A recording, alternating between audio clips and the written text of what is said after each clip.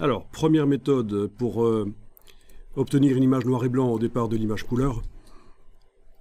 Bêtement, transformer l'image en niveau de gris en allant dans Image, Mode, Niveau de gris. Donc là, Photoshop vous met un message. Voulez-vous supprimer les informations qui concernent la couleur? Oui, on va dire supprimer. Et il est gentil, il vous indique qu'il y a quand même un meilleur système. Si vous voulez contrôler le résultat, vous devriez plutôt utiliser le réglage noir et blanc. Bon, on ne va pas l'utiliser tout de suite, ça va venir après. Donc je clique sur supprimer. J'obtiens donc une image niveau de gris sur laquelle j'ai eu aucun contrôle pour déterminer le résultat, l'ambiance, le contraste, etc. Donc bien sûr, après avoir transformé l'image là en niveau de gris, je peux aller chercher un réglage pour amener du contraste. Il y a plusieurs réglages qui existent pour amener du contraste. D'abord, remarquons dans la palette des couches, voilà, vous n'avez plus qu'une seule couche, donc l'image ne peut plus contenir de couleur. Au lieu de 3 couches, on n'en a plus qu'une seule. Mais on peut malgré tout essayer d'améliorer les choses au niveau du contraste. Ça peut être une manière de récupérer un peu ce qu'on n'a pas pu contrôler au moment de la conversion vers le niveau de gris. Alors, tant qu'à faire, je vais utiliser des filtres dynamiques. Donc dans la palette des calques, je vais convertir le calque en objet dynamique. Donc c'est un clic droit à droite du nom du calque, convertir en objet dynamique. Ce qui veut dire que tout filtre mis là-dessus va en fait apparaître dans la palette des calques et sera modifiable, supprimable. Et alors on va aller chercher le filtre de renforcement accentuation. Filtre renforcement accentuation. Donc le filtre d'accentuation sert, on l'avait utilisé hier, sert à amener du détail, faire ressortir le détail en fait. Le détail s'y trouve, il y a une opération qui est faite sur l'image pour faire rendre lisible vraiment le détail. D'accord? Ça c'est le réglage, le dernier que j'avais utilisé hier en fait. Un faible rayon et un gain plus fort. Si vous cliquez sur OK, vous avez le filtre qui apparaît dans la palette des calques et on peut le désactiver. On peut également double-cliquer sur lui pour le remodifier. Ça se réouvre et on peut modifier. Bon, ça c'est bien amener du détail, mais j'étais là pour amener du contraste. Eh bien, il y a une possibilité d'amener du contraste avec ce réglage. Au lieu de faire un faible rayon et un fort gain, il suffit de faire l'inverse. Un rayon fort et un gain moins fort. Et ça va contraster.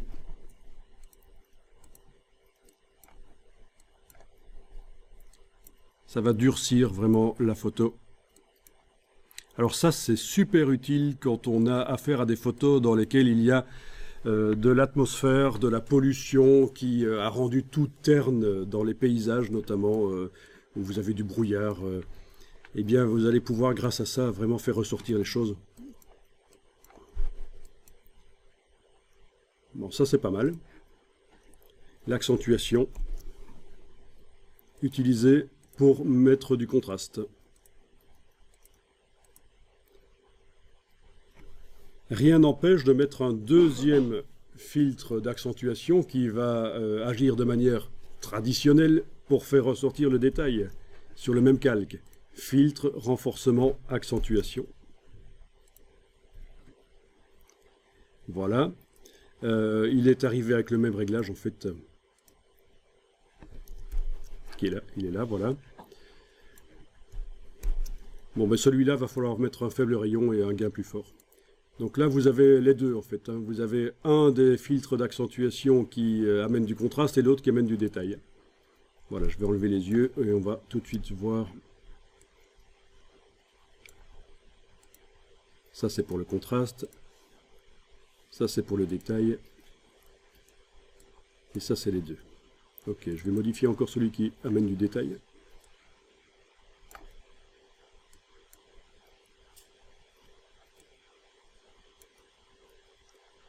Ok.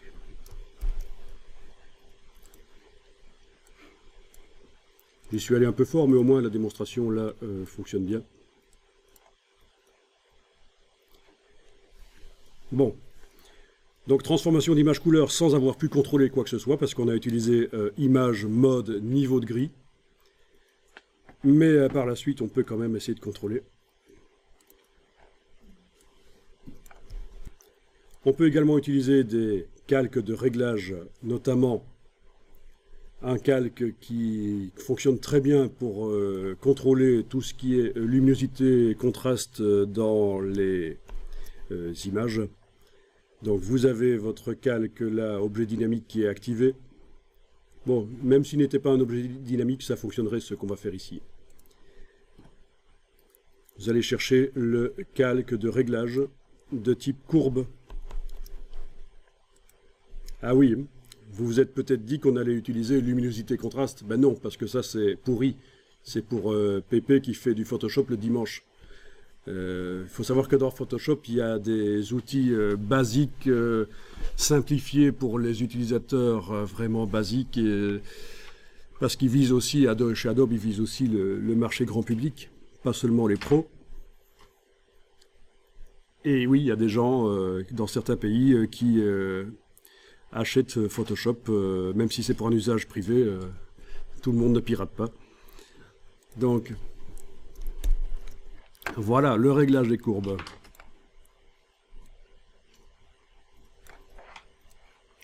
Donc n'utilisez pas luminosité contraste, c'est un réglage foireux. Donc je suis bien allé chercher un calque de réglage et on le voit, il s'est mis là au-dessus et il va modifier tout ce qui se trouve en dessous de lui.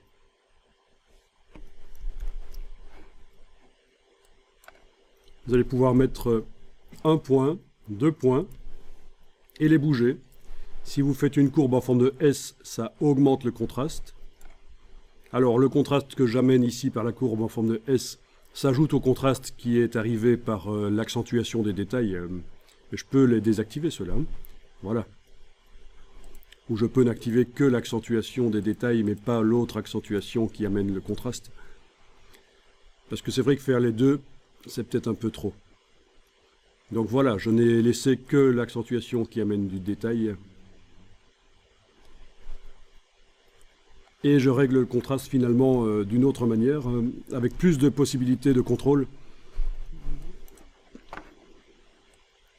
Donc courbe en forme de S, ça contraste. Donc ce qui est clair, c'est comme ça qu'il faut lire les choses.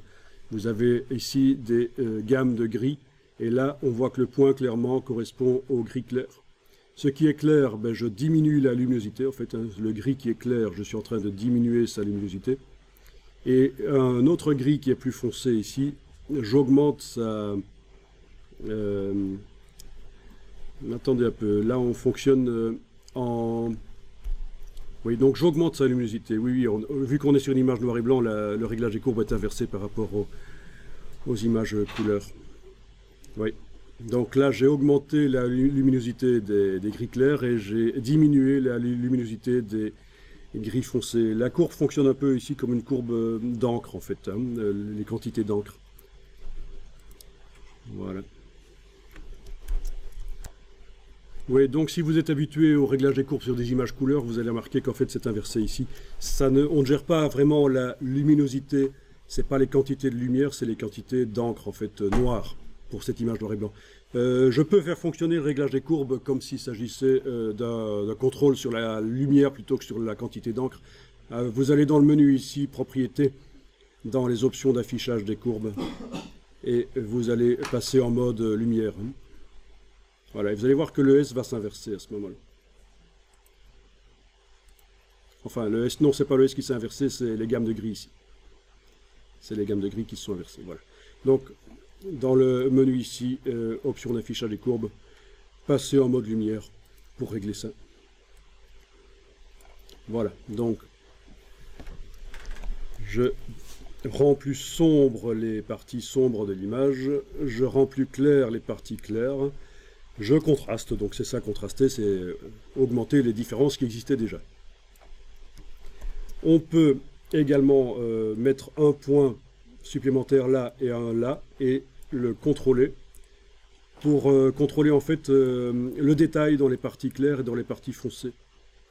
Vous voyez le maillot foncé là, on contrôle vraiment le détail qui apparaît ou pas dans les parties foncées, ici dans les parties claires. Là, c'est pour les parties claires. Voilà. Et je pense qu'avec 4 points comme ça, c'est pas mal. Donc n'hésitez pas à positionner les points.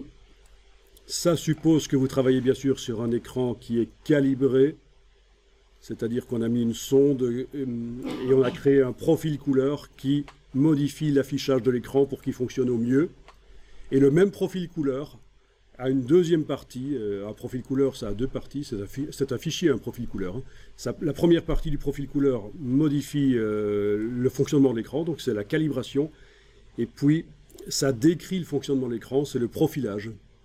Ça décrit le profil, qu'est-ce qu'on obtient comme intensité lumineuse, comme couleur, quand on envoie telle ou telle valeur sur l'écran. Donc, si vous travaillez sur un écran qui n'est pas calibré et profilé, vous perdez votre temps, en fait. Hein. C'est des images qui seront super sur votre écran, mais ailleurs, elles ne le seront pas. Donc, c'est vraiment le b.a.-ba de... Alors, vous êtes obligé d'avoir une sonde, oui et non. Vous pouvez mutualiser. C'est-à-dire que si vous travaillez avec des graphistes, des photographes, vous pouvez acheter pour votre groupe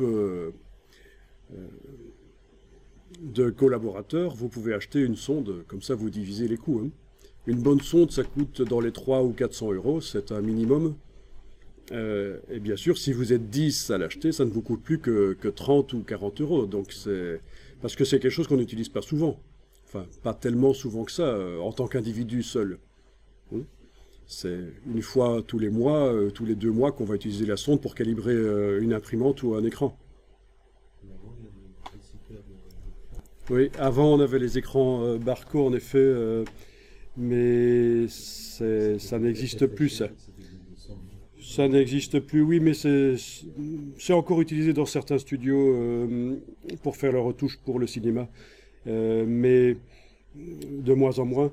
Mais il y a d'autres marques qui sont apparues. Pour un bon écran, maintenant, il faut aller voir la marque Eizo. C'est une bonne référence. Il y en a d'autres. Hein. Ça, vous avez jamais entendu parler de Eizo? C'est vraiment des écrans pour graphistes haut de gamme, en fait. Ça, hein. Vous voyez les prix. Oui, il y a une petite sonde intégrée aussi. Parce que oui, je vous ai parlé d'une sonde, mais c'est une sonde externe qui fonctionne pour tout écran. Mais il y a aussi les écrans qui s'auto-calibrent avec une sonde qui est reliée à l'écran. Ça, c'est Eizo. Bien sûr, moi, je vous conseille, si vous avez l'occasion, acheter un écran déjà utilisé, d'occasion. Ça vous coûtera moins cher. Il vaut mieux acheter un écran Eizo, un écran qui vaut 1400 euros, vous l'achetez à 600 euros chez quelqu'un. C'est mieux que d'aller au magasin prendre un écran de 600 euros neuf. Vous aurez plus de qualité en prenant de l'occasion. Évidemment, il faut vérifier qu'il fonctionne bien, il faut des garanties sur le vendeur, etc. Ça va sans dire, mais moi, je vous conseille d'aller vers du matériel d'occasion aussi, hein, pour avoir un bon rapport qualité-prix. Alors, si vous voulez en savoir plus sur les écrans, je vous conseille le site d'un photographe qui communique beaucoup sur le contrôle de la couleur et les qualités des écrans. C'est Arnaud Frisch. Voilà. Conseil d'achat d'écran, photo ou vidéo par Arnaud Frisch. Bon, vous voyez, j'ai juste tapé ça. Comment choisir son écran photo par Arnaud Frisch. Donc un écran pour faire de la retouche photo, etc. Vous n'avez qu'à aller voir, c'est pas mal. C'est une référence. C'est quelqu'un qui bouge beaucoup au niveau communication sur ce qu'il connaît.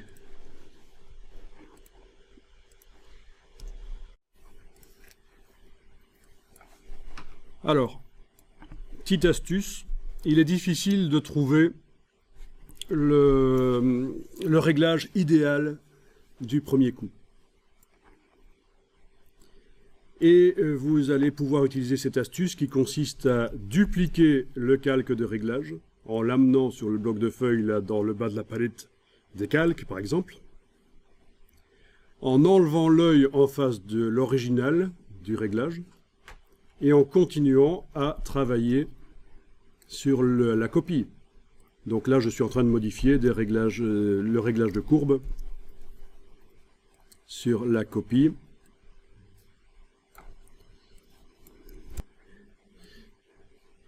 Ok, et je continue, je duplique à nouveau le calque, j'enlève l'œil, je modifie. On peut aussi enlever du contraste, hein. Si vous avez une photo trop contrastée, une photo qui vient du web, elle est trop contrastée, vous allez pouvoir aussi enlever du contraste, il suffira de faire une courbe en forme de S inversée. Mais ici c'est pas le cas, ça va. Mais parfois vous récupérez sur le web des photos qui ont été très contrastées, elles sont un peu pourries, et vous allez voir que c'est génial en mettant une courbe en forme de S inversée. Vous arriverez à vraiment améliorer la photo. Ce qui est quand même un comble. Vous avez des gens qui mettent des photos du domaine public sur le web, on peut les utiliser pour se faire de l'argent avec, et en plus on peut les améliorer avec Photoshop. Je trouve ça assez génial. Voilà. Donc là j'ai 3 réglages que j'ai fait finalement, vite fait, et je peux passer de l'un à l'autre pour comparer. Je me dis, tiens, lequel est le mieux?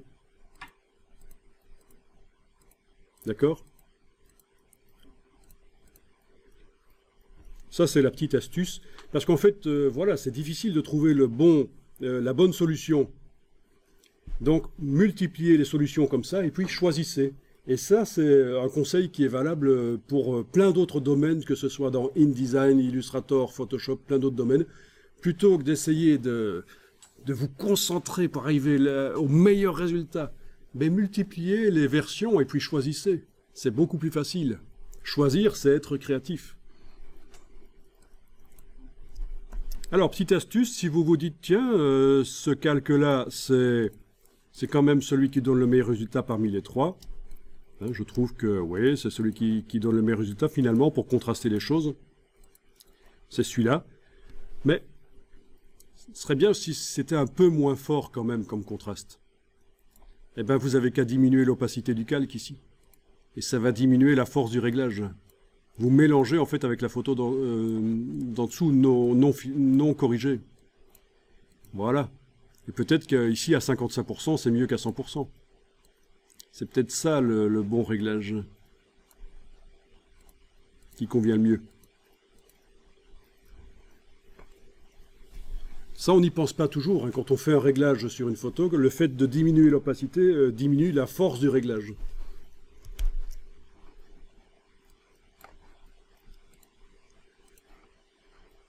Alors, je vais enregistrer.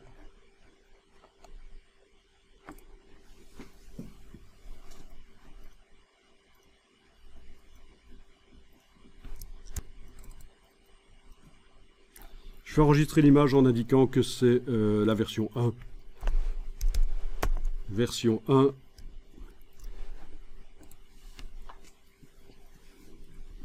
Où, je vous rappelle, on a transformé en noir et blanc sans avoir aucun contrôle. Et on a récupéré le coup avec des réglages par la suite.